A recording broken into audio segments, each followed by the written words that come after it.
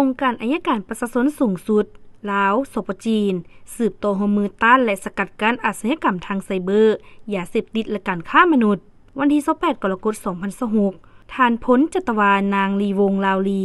กรรมการศูนย์กลางภาคหัวหน้าองค์การอัยการประชาชนสูงสุดแห่งสปป.ลาวพร้อมด้วยคณะได้เดินทางไปเยี่ยมยามและเฮ็ดเวียกทางการอยู่ที่นครหลวงปักกิ่งสปจีนโดยได้เข้าร่วมพบปะและเฮ็ดเวียก2ฝ่ายกับท่านยิงยง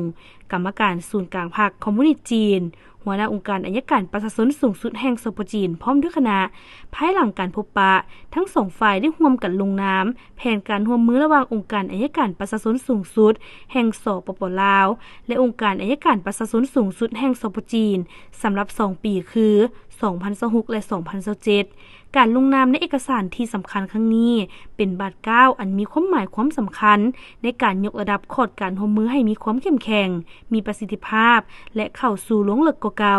ทั้งเป็นขีดหมายอันดีและเป็นกลไกสำคัญในการส่งเสริมการแลกเปลี่ยนบทเรียนแลกเปลี่ยนข้อมูลข่าวสารการพัฒนาบุคลากรให้มีความเข้มแข็ง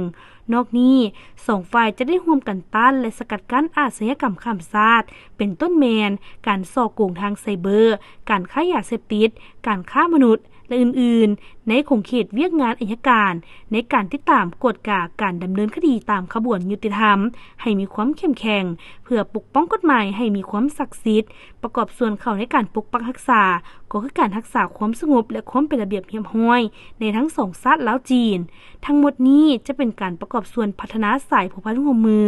ระหว่าง2ภาค2รัฐและ2องค์การอัยการประชาชนลาวจีนจีนลาวให้มีความเติบใหญ่เข้มแข็งและเจริญงอกงามตลอดไป